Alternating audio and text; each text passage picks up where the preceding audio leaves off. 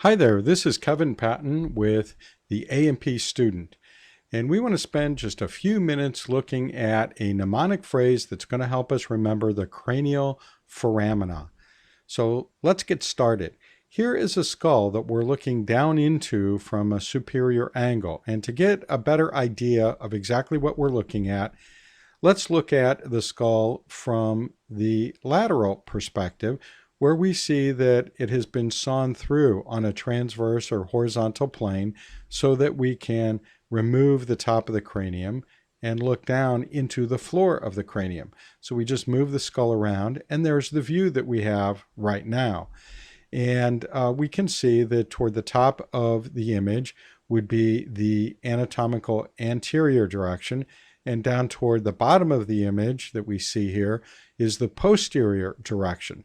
And then left and right is the same as the viewer's left and right. And another thing I want to take a quick look at is the terminology itself. The first one is cranial.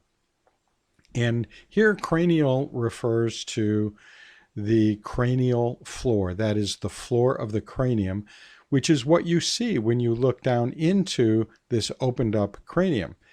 And then we're going to take a look at the foramina that we would find in the cranial floor.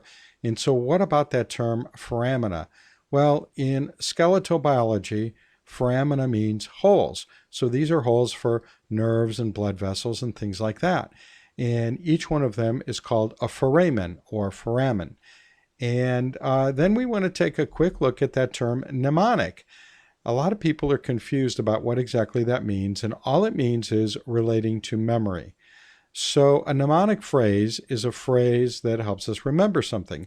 A mnemonic word or acronym is a word that helps us remember something. So mnemonic just means relating to memory. So we're going to propose a mnemonic phrase that's going to help us in finding those cranial foramina, in identifying them. So let's get started. And the first thing that we notice is there's a really big, huge hole in the floor of the cranium.